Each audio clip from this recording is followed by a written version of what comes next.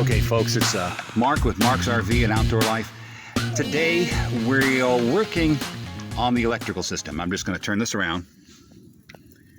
Okay, this little item here, it distributes voltage. Okay, so coming from the battery is this side here, and going out to the coach is this side right here. Now, originally we were getting like 14.7 volts in and about 5.5 volts out over here. So I knew something was wrong with this item. So what we did was we took a small hammer and we whacked the top of that a couple times.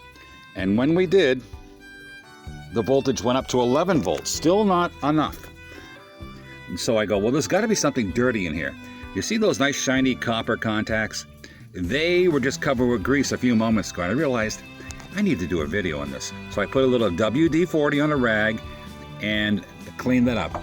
Now the mating surface of that is this. And it was, again, very dirty. So we cleaned that up and we're going to put it back together, and we're probably going to get the same voltage in as out, and vice versa. So it's going to be an easy fix, and we're going to mount it back up there and make all the connections.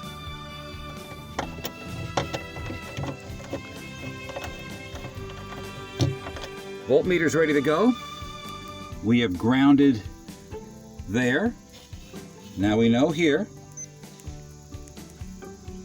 There's our 14.5 volts, approximately. Now, to the other side of the relay.